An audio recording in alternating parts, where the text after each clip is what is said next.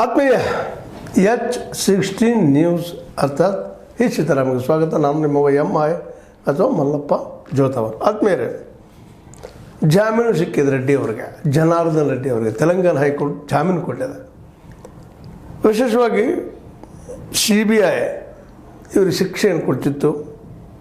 800 ಕೋಟಿಗೂ ಅಧಿಕ ಹಣವನ್ನು, ಅಷ್ಟು ಮೌಲ್ಯದ ಕಬ್ಬಿನ ಅಥವಾ ಹದಿರನ್ನು ಕಳ್ಳ ಸಾಗಾಣಿಕೆ ಮಾಡಿದರು, ಇವರು ಲಾಸ್ ಮಾಡಿದ್ದಾರೆ 800 ಕೋಟಿಗೂ ಹೆಚ್ಚು ಅನ್ನುವಂಥ ಆರೋಪ ಮಾಡಿ ಅದು ಸಿದ್ಧಾಗ CBI ಕೋರ್ಟ್ ಇವ್ರಿಗೆ 7 ವರ್ಷ ಶಿಕ್ಷೆ. ಇವ್ರ ಜೊತೆ 4 ಜನ, ಅದರಲ್ಲೂ ಮುಖ್ಯವಾಗಿ ಇವರ ಭಾವ OMC ಅಂದರೆ ಓಬಳಾಪುರಂ ಗಣಿ ಕಂಪ್ನಿ ಅದರ ವ್ಯವಸ್ಥಾಪಕರು, ನಿರ್ದೇಶಕ BS ಶ್ರೀನಿವಾಸ್ ರೆಡ್ಡಿ, ಗಣಿ ಮತ್ತು ಭೂ ವಿಜ್ಞಾನ ಇಲಾಖೆಯ ಆಂಧ್ರ ಪ್ರದೇಶ ನಿರ್ದೇಶಕ VD ರಾಜಗೋಪಾಲ್ ಮತ್ತು ಜನಾರ್ದನ್ ರೆಡ್ಡಿ ಅವರ ಆಪ್ತ ಸಹಾಯಕ ಮೆಹಫೂಜ್ ಅಲಿ, ಇವರಿಗೆ 7 ವರ್ಷ ಶಿಕ್ಷೆ ಕೊಟ್ಟಿದ್ದು ಈಗಾಗಲೇ ನಮಗೆ ಗೊತ್ತಿದ್ದ ವಿಷಯ. ಅದಕ್ಕೀಗ ಏನಪ್ಪ ಅಂತಂದ್ರೆ ತಡೆ ತಂದ ಅದನ್ನು ಅಮಾನತಿನಲ್ಲಿಟ್ಟ ಇವರಿಗೆ, ನಮ್ಮ ರೆಡ್ಡಿ ಅವರಿಗೆ ಜಾಮೀನು ಕೊಟ್ಟಿದ್ದಾರೆ. ಇದು ಜಾಮೀನು ಕೊಟ್ಟಿದ್ದು ಸರಿನಾ ತಪ್ಪ ಕೋರ್ಟಿಗೆ ಕೇಳುವಂಥ ಹಕ್ಕ ನಮಗಿಲ್ಲ. ಅದು ಏನೋ ಅವ್ರು ಅನಿಸದ ಇವರಲ್ಲೇ. ಯಾಕಂದರೆ ಇನ್ನೊಂದು ಏನದಪ್ಪ ಅಂದ್ರೆ ಅವರು ಗಂಗಾವತಿಯ ಶಾಸಕರು, ಹೀಗಾಗಿ ಅವ್ರಿಗೆ ಅನ್ಯಾಯ ಆಗ್ತದೆ. ಮತ್ತು ಈಗಾಗಲೇ ಅರ್ಧ ಶಿಕ್ಷೆಯನ್ನು ಅವ್ರು ಅನುಭವಿಸಿದಾರೆ. ಈ ನೆಲೆಯಲ್ಲಿ ಅವ್ರು ಜಾಮೀನು ಕೊಡಬೇಕು ಅಂತೇಳಿ ವಾದ ಮಾಡಿ ಆ ವಾದದಲ್ಲಿ ಜಯಿಸಿ ಅದನ್ನು ಒಪ್ಪಿದ ತೆಲಂಗಾಣ ಹೈಕೋರ್ಟ್ ಇದ್ದಿದ್ದು. ಇವರಿಗೆ ಇವತ್ತು ಜಾಮೀನು ಮಂಜೂರು ಮಾಡ್ಯದ. ಅದು ದೇಶ ಬಿಟ್ಟು ಇಲ್ಲಿ ಹೋಗಿ ಕೊಡೋದು, ಇಲ್ಲೇ ಇರಬೇಕು ಅಂತೇಳಿ ಪಾಸ್ಪೋರ್ಟ್ ಸಹಿತ ನಮ್ಮ ಕಬ್ಜೆಗೆ ತೊಗೊಳೋದು ಅಡ್ಡಿಲ್ಲ. ಹೊರಗಂತೂ ಬಂದರು, ಏನೇನಾಗ್ತದೋ ಗೊತ್ತಿಲ್ಲ. ಈಗಾಗಲೇ ನಾವು ಹಲವು ಸಲ ಕೇಳಿದ್ದೀವಿ, ಹೊರಗೆ ಬಂದಂಥವ್ರು ತಮ್ಗೆ ಸಾಕ್ಷಿಗಳನ್ನು ಏನೋ ಗದ್ದಲ ಮಾಡ್ತಾರೆ, ಮತ್ತೇನೋ ಮಾಡ್ತಾರೆ ಅನ್ನೋಂಥ ಆರೋಪಗಳಿಂದ ಸಾಮಾನ್ಯವಾಗಿ ಎಲ್ಲ ಕಡೆ ಮಾಡ್ತಾ ಇರ್ತಾರೆ. ಇಲ್ಲೇ ಅದು ಮಾಡಲಿಕ್ಕಿಲ್ಲ ಅನ್ನೋ ಭರವಸೆ ತೆಲಂಗಾಣದ ಹೈಕೋರ್ಟಿಗೆ ಇದೆ ಅಂತ ಅನಿಸ್ತದೆ. ಅದೇನೋ ಇದು ಒಟ್ಟು ಹೊರಗೆ ಬಂದರು.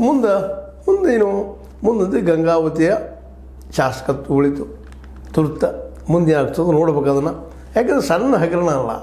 ಈಗಾಗಲೇ ಈ ಹಗರಣದ ಬಗ್ಗೆ ಸಾಕಷ್ಟು ಚರ್ಚೆ ಆಗ್ಯದ ಮತ್ತು ಅವ್ರ ಶಿಕ್ಷಣ ಆಗಿತ್ತು.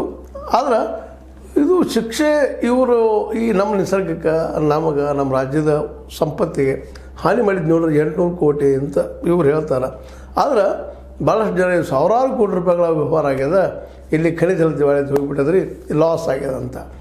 ಒಬ್ಬ ಸಣ್ಣ ಕಳ್ಳನಿಗೆ ಎಂತೆಂಥ ಶಿಕ್ಷೆ ಕೊಡ್ತಾ ಇದ್ದಾರೆ. ಇಲ್ಲೇ ನೋಡ್ರಿ ದೊಡ್ಡ ಆಲ್ರೆಡಿ ಪ್ರೂವ್ ಆಗ್ಯದ ಇವ್ರು ಇದ್ದಾರೆ ಅಂತೇಳಿ, ಆದರೂ ಇವ್ರಿಗೆ ಜಾಮೀನು ಕೊಟ್ಟು ಹೊರಗೆ ಬಿಡ್ತಾ ಇದ್ದಾರೆ ಅಂತೇಳಿ ಭಾಳಷ್ಟು ಜನ ಮಾತಾಡ್ಕೊಳ್ತಾ ಇದ್ದಾರೆ.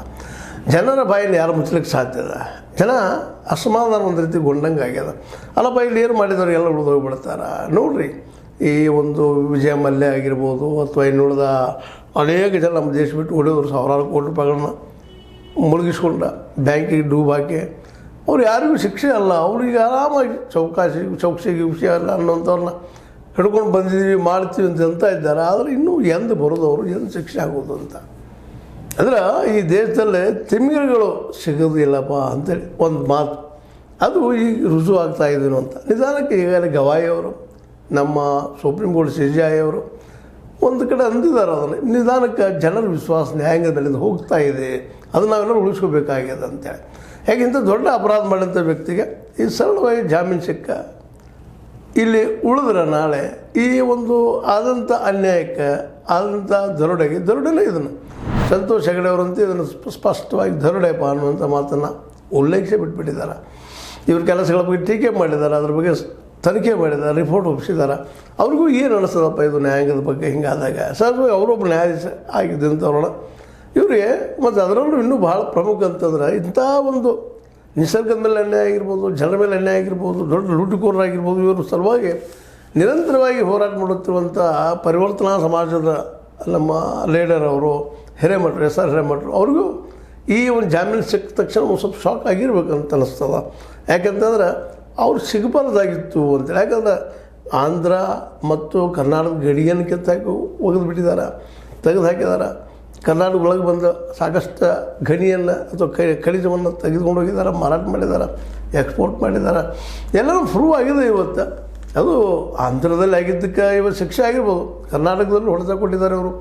ಆದರೂ ಇಲ್ಲೇ ಇವರು ಶಿಕ್ಷೆ ಆಗೋದು ಇನ್ನೂ ಒಬ್ಬ ಲೀಡರ್ ಆಗಿ ಸಮಾಜದನ್ನು ಅವ್ರು ಒಪ್ಕೊಂಡು ಹೋಗ್ತಾ ಇದ್ದಾರೆ. ಸಮಾಜ ಇದು ಸಹಿತ ಆಶ್ಚರ್ಯಪಡುವಂಥ ವಿಷಯ. ಒಂದು ಕಡೆ ನ್ಯಾಯಾಂಗದ ಬಗ್ಗೆ ಜನರಿಗೆ ಒಂದು ಅಸಮಾಧಾನ ಹುಟ್ಟಾಗ್ತಾಯಿದ್ದಾರೆ. ಜನರ ಬಗ್ಗೆಯೂ ಜನರಿಗೆ ಅಸಮಾಧಾನ ಹುಡ್ತಾ ಇದೆ ಅಂತ. ಗಂಗಾವತಿಯಲ್ಲಿ ಇವರೊಬ್ಬರು MLA ಮಾಡಿ ಆರಿಸಿ ಕಳಿಸ್ತಾ ಇದ್ದಾರೆ ಜನ. ಆದರೆ ಜನರು ಇದನ್ನು ಒಪ್ಕೊಳ್ತಾ ಇದ್ದಾರೆ ನಿಧಾನಕ್ಕೆ. ಈ ಒಂದು ಕಳ್ಳತನ ಮಾಡುವಂಥದ್ದು, ದರೋಡೆ ಮಾಡುವಂಥದ್ದು ಇಂಥ ಜನರಿಗೆ ಅಂತ. ಅಂದ್ರೆ ನಮ್ಮ ನಾಯಕರು ಇಂಥವ್ರು ಆಗ್ತಾ ಹೋದರೆ ಮುಂಬರುವ ದಿನಗಳಲ್ಲಿ ಇನ್ನೂ ಎಂಥ ನಾಯಕರು ಬರಬಹುದಿಲ್ಲ ಅಂತ ಭಯ ಅನ್ನಿಸ್ತದೆ. ಇದೇ ಸಂದರ್ಭದಲ್ಲಿ ಇಡೀ ದಾಳಿ ಮಾಡಿದ್ದು ಸಹ ಚರ್ಚೆ ಮಾಡುವಂಥ ವಿಷಯ ಆಗಿದೆ ಇವತ್ತು. ಯಾಕಂತಂದರೆ ಇಡೀ ಉದ್ದೇಶ ಏನಿದೆ ಅನ್ನೋದು ಬೇರೆ ವಿಷಯ. ಬಟ್ ಇವರು 84 ಕೋಟಿ ರೂಪಾಯಿ ಹಗರಣ ಮಾಡಿದ್ದು ಸುಳ್ಳೇನಲ್ಲ. ಅದರಾಗ ಎಲೆಕ್ಷನ್ದಲ್ಲಿ ಆ ದುಡ್ಡು ಬಳಸಿದ್ದು ಸುಳ್ಳೇನಲ್ಲ. ಆದರೂ ಅವರು ತಪ್ಪಿಸ್ಕೊಳ್ತಾರೆ, ಇವರು ತಪ್ಪಿಸ್ಕೊಳ್ತಾರೆ. ಇಲ್ಲಿ ದೊಡ್ಡ ದೊಡ್ಡ ತಿಮಿಗಳು ತಪ್ಪಿಸಿ ಹೋಗಿಬಿಡ್ತಾರೆ. ಪಾಪ ಸಣ್ಣ ಮೀನುಗಳು ಅಷ್ಟೇ ಜಾಲದಾಗ ಹಿಡಿತಾರನಪ್ಪ ಇವರು ಅಂತಾರೆ. ಒಟ್ಟಾರೆಯಾಗಿ ಇವತ್ತಿನ ವ್ಯವಸ್ಥೆಯಲ್ಲಿ ಶಾಸನ ಆಗಿರ್ಬೋದು, ಕಾರ್ಯಾಂಗ ಆಗಿರ್ಬೋದು, ನ್ಯಾಯಾಂಗ ಆಗಿರ್ಬೋದು, ಸ್ವತಃ ಪತ್ರಿಕಾರಂಗದ ಮೇಲೆ ಸಹಿತ ಇವತ್ತು ವಿಶ್ವಾಸ ಕಡಿಮೆ ಆಗಲಿಕ್ಕೆ. ಯಾಕೆಂದರೆ ಪತ್ರಿಕಾರಂಗದಲ್ಲೂ ಸಹಿತ ಇವತ್ತು ದುಡ್ಡು ಕೊಟ್ಟು ಬರೆಸ್ಕೊಳ್ತಾರಪ್ಪ, ಅನುಕೂಲ ಮಾಡಿ ಕೊಡ್ತಾರಪ್ಪ ಅನ್ನುವಂಥ ಮಾತುಗಳು, ದುಡ್ಡು ಕೊಟ್ಟು ಅವ್ರು ಬಿಡ್ತಾರೆ, ಹೊಡೆದವ್ರು ಹಿಡಿತಾರೆ ಅನ್ನೋಂಥ ಮಾತುಗಳು, ಆರೋಪ ಪ್ರಚಾರ ಬಂದೇ ಬರ್ತಿರ್ತಾವೆ. ಇದರಲ್ಲಿ ಎಲ್ಲ ಪೂರ್ಣ ಸತ್ಯ ಅಂತ ಹೇಳದಿದ್ರು ಅದ್ರ ಮ್ಯಾಕ್ಸಿಮಮ್ ಸತ್ಯಗಳು ಮತ್ತೆ ಸಿಗ್ತೇ ಇರೋದೇನು ಸುಳ್ಳಿನಲ್ಲ. ಒಟ್ಟಾರೆಯಾಗಿ ರೆಡ್ಡಿ ಅವ್ರಿಗೆ ಜಾಮೀನಂತೆ ಮಂಜೂರಾಗಿದೆ. ಆ ಆರ್ಡರನ್ನು ಅಮಾನತ್ನಲ್ಲಿ ಇಟ್ಟಿದ್ದಾರೆ. ಅವ್ರ ಶಿಕ್ಷೆ ಆಗುವಂಥ 7 ವರ್ಷ ಕಠಿಣ ಶಿಕ್ಷೆ ಅಮಾನತ್ತು ಇಟ್ಟ ಇವರಿಗೆ ಇವತ್ತು ಜಾಮೀನು ಕೊಡ್ತಾ ಇದ್ದಾರೆ. ಹೀಗಾಗಿ ರೆಡ್ಡಿ ಅವ್ರಿಗೆ ಮತ್ತು ಆ್ಯಸ್ ಯೂಸ್ವಲ್ ವಿಮೇಲಾಗಿ ಉಳಿದ್ರು ಮತ್ತು ಸಾಮಾಜಿಕ ಸ್ಟೇಟಸ್ಸನ್ನು ಉಳಿಸ್ಕೊಂಡು ಹೊಂಟರು. ಮತ್ತು ಸಮಾಜದಲ್ಲಿ ಏನು ಮಾಡಿರಪ್ಪ ಮುಚ್ಚಿ ಹೋಗ್ತದೆ ಅನ್ನೋಂಥ ಭಾವ ಜನಸಾಮಾನ್ಯರಲ್ಲಿ ಬರೋದು ತೊಡಗಿದ್ರಿಂದಾಗಿ ಸಮಾಜದ ಮೇಲೆ ಇದನ್ನು ದುಷ್ಪರಿಣಾಮ ಬೀರೋದು ಅಷ್ಟೇ ಸತ್ಯದ. ಒಟ್ಟಾರೆಯಾಗಿ ಈ ಒಂದು ಘಟನೆಗಳು, ಡೆವಲಪ್ಮೆಂಟ್ಗಳು ಈ ರಾಜಕೀಯ ಜೀವನದಲ್ಲಿ ಆಗಿರ್ಬೋದು, ಸಾಮಾಜಿಕ ಜೀವನದಲ್ಲಿ ಆಗಿರ್ಬೋದು, ಆರ್ಥಿಕ ಜೀವನದಲ್ಲಿ ಆಗಿರ್ಬೋದು, ಈ ಒಂದು ರೀತಿ ಏನಪ್ಪ ಅಂದ್ರೆ ಒಂದು ಭಯದ ವಾತಾವರಣ ನಿರ್ಮಾಣ ಮಾಡ್ತಾ ಇದ್ದಾವೆ ಅಂತೀವೆಲ್ಲ. ಈ ದುಡ್ಡಿದ್ರೆ ಏನು ಬೇಕಾದ್ರೆ ಆಗ್ತದಪ್ಪ. ಇಲ್ಲೇ ಮತದಾರರ ತಮ್ಮ ಮತಗಳನ್ನ ಮಾರ್ಕೊಳ್ತಾರೆ. ಅದೇ ಕಾಲಕ್ಕೆ ನ್ಯಾಯಾಲಯದಲ್ಲೂ ಸಹಿತ ಇವೆಲ್ಲ ನಡೆಯುವ ಘಟನೆಗಳನ್ನ ಗಮನಿಸಿದಾಗ ಸ್ವತಃ ನಮ್ಮ CJI ಅವರು ಸಹಿತ ಹೌದು ವಿಶ್ವಾಸಗಳಿಗೆ ನಾವು ವರ್ತನೆ ಮಾಡಬೇಕು ಅನ್ನೋಂಥ ಮಾತಾಡೋದು ನೋಡಿದಾಗ ಮುಂದೆ ಇನ್ನಂತೆ ಈ ಶಾಸಕಾಂಗದ ಹೆಡ್ ನಮ್ಮ MLAಗಳು MP ಗಳು ಇವ್ರದ್ದು ನೋಡಿದಾಗ ಇಲ್ಲೂ ಸಹಿತ ಆಯ್ಕೆ ಪ್ರೊಸೆಸ್ ಹೆಂಗಿರ್ತದೆ ಏನು. ಇವತ್ತು ಸ್ವತಃ ರಾಹುಲ್ ಗಾಂಧಿಯವರು ಈ ಎಲೆಕ್ಷನ್ ಕಮಿಷನ್ ವಿರುದ್ಧ ಆರೋಪ ಮಾಡ್ತಾ ಇದ್ದಾರೆ. ಇಲ್ಲಪ್ಪ ಇದು ನಡೀತಾ ಇದೆ, ಇಲ್ಲೇ ಅವು ನಡೀತಾ ಇದ್ದಾವೆ, ಅದನ್ನು ನೀವು ತಳ್ಳೀಲಿಕ್ಕೆ ಪ್ರಯತ್ನ ಮಾಡ್ತಾ ಇಲ್ಲ, ಸರ್ಕಾರದ ಪರ ಇರ್ತೀರಿ ಅನ್ನೋಂಥ ಆರೋಪ ಮಾಡ್ತಾ ಇದ್ದಾರೆ. ಒಟ್ಟಿನಲ್ಲಿ ಇವೆಲ್ಲ ಗಮನಿಸಿದಾಗ ಟೋಟಲಾಗಿ ವ್ಯವಸ್ಥೆ ಏನಪ್ಪ ಅಂತಂದರೆ ಇವತ್ತು ನಾವೆಲ್ಲರೂ ಮರುಚಿಂತನೆ ಮಾಡುವಂಥದ್ದು. ಆ ದಿಶೆಯಲ್ಲೇ ಎಷ್ಟಾಗ್ತದೆ ಗೊತ್ತಿಲ್ಲ. ಆದರೆ ತುರ್ತು ಮಾತ್ರ ನಮ್ಮ ಜನಾರ್ದನ್ ರೆಡ್ಡಿ ಅವರು ಏನಪ್ಪ ಅಂತಂದ್ರೆ ಜಾಮೀನು ಹೊರಗೆ ಬಂದಿದ್ದಾರೆ. ಇದರ ಅರ್ಥ ಅವರು ಆ ಆರೋಪದಿಂದ ಅಥವಾ ಅಪರಾಧದಿಂದ ಹೊರಗೆ ಬಂದಿದ್ದಾರೆ ಅಂತಲ್ಲ. ಆದರೆ ಇದು ಜಾಮೀನು ಕೊಡು ಯಾಕೆ ಬೇಕಾಗಿತ್ತು ಅನ್ನೋಂಥದ್ದು. ಯಾಕಂದ್ರೆ 800 ಕೋಟಿ ರೂಪಾಯಿ ಕೈ ಸಿಕ್ಕಂತ ಏನು ಎಷ್ಟಾದ್ರೂ ಗೊತ್ತಿಲ್ಲ. 800 ಕೋಟಿ ರೂಪಾಯಿಗಳ ಅಪರಾಧ ನಡೆದ. ಇದಕ್ಕೆ ಇಷ್ಟ ಶಿಕ್ಷಣ ಅನ್ನುವಂಥದ್ದು. ಯಾಕೆ 1000, 2000, 500 ತೊಗೊಳೋರು ಇನ್ನೂ ಶಿಕ್ಷೆ ಆಗ್ತಿರ್ತಾವೆ, ಮತ್ತೇನೋ ಆಗ್ತದೆ, ತೊಂದರೆಗಳು ಆಗ್ತಿರ್ತಾವೆ, ಪೊಲೀಸ್ ಕಾಟ ಯಾವ ರೀತಿ ಆಗ್ತಿರ್ತದೆ. ಇಂಥ ದೊಡ್ಡವ್ರಿಗೆ ಯಾರು ಶಿಕ್ಷೆ ಕೊಡೋರು ಅಂತ. ಯಾಕಂದ್ರೆ ಈಗಾಗಲೇ ಇಂಥ ಹಗರಣ ಸಾಕಷ್ಟಾಗಿದ್ದಾವೆ. ಸಾಕಷ್ಟು ಜನ ಇಂಥವುಗಳಿಂದ ಹೊರಗೂ ಬಂದಿದ್ದಾರೆ. ಈ ಎಲ್ಲ ನೆಲೆಯಲ್ಲಿ ರೆಡ್ಡಿಯವ್ರು ಸಿಕ್ಕಂಥ ಜಾಮೀನು ಅವ್ರಿಗೆ ಅದು ಅನುಕೂಲ ಹೆಚ್ಚಾಗ್ತದೆ ಅಂತೇಳಿ ಭಾಳ ಜನರ ಅಭಿಪ್ರಾಯ. ಏನೋ ಆಗಲಿ ಒಂದು ಗ್ರೌಂಡ್ ಮೇಲೆ ಯಾವ ಗ್ರೌಂಡು ವಿಶೇಷವಾಗಿ ಇವರು MLA ಇರೋದು, ಜೊತೆಗೆ ಈಗಾಗಲೇ ಶಿಕ್ಷೆ ಅನುಭವಿಸಿದ್ದಾರೆ ಆ ದಿಶೆಯಲ್ಲಿ CBI ಕೋರ್ಟ್ನೆಲ್ಲ. ಅದಕ್ಕೆ ಆ ಎಲ್ಲ ಕಾರಣಗಳಿಂದ ಇವ್ರಿಗೆ ಮಂಜೂರು ಮಾಡಿದ್ದಪ್ಪ ನಾವು ಯೋಗ್ಯರಂತೆ ತೆಲಂಗಾಣ ಹೈಕೋರ್ಟ್ಗೆ ಅನಿಸದ. ಇನ್ನು ಮುಂದಿನ ದಿನದಲ್ಲಿ ಏನೇನು ಆಗ್ತದೆ ನೋಡೋಣ. ತುರ್ತು ದಾಳಿಯಿಂದ ರೆಡ್ಡಿ ಬಚಾವ್ ಅಂತ ಹೇಳ್ತಾ ಇದ್ರ ಮೇಲೆ ಲೈಕ್ ಆಗಿರ್ಬೋದು, ಲೈಕ್ ಮಾಡಿ, ಶೇರ್ ಮಾಡಿ, ಕಮೆಂಟ್ ಮಾಡಿ, ಜೊತೆಗೆ ಸಬ್ಸ್ಕ್ರೈಬ್ ಆಗೋದು ನಿಲ್ಲಿಸಿ ಹೋಗ್ಬಾರ್ರಿ. H60 ನ್ಯೂಸ್ ಅರ್ಥತೆ ಸೀತಾರಾಮನ್ ಸತ್ಯಕ್ಕೆ ವಂದನೆಗಳು.